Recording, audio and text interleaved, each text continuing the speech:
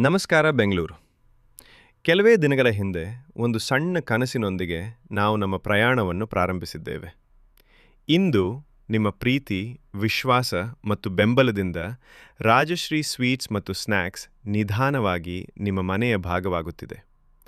ನಮ್ಮ ಅಂಗಡಿಗೆ ಭೇಟಿ ನೀಡಿದ ಪ್ರತಿಯೊಬ್ಬ ಗ್ರಾಹಕರಿಗೂ, ನಮ್ಮ ಆಹಾರವನ್ನು ಸವಿದ ಪ್ರತಿಯೊಬ್ಬ ಸ್ನೇಹಿತನಿಗೂ, ನಮ್ಮನ್ನು ಪ್ರೋತ್ಸಾಹಿಸಿದ ಪ್ರತಿಯೊಬ್ಬರಿಗೂ ಹೃತ್ಪೂರ್ವಕ ಧನ್ಯವಾದಗಳು.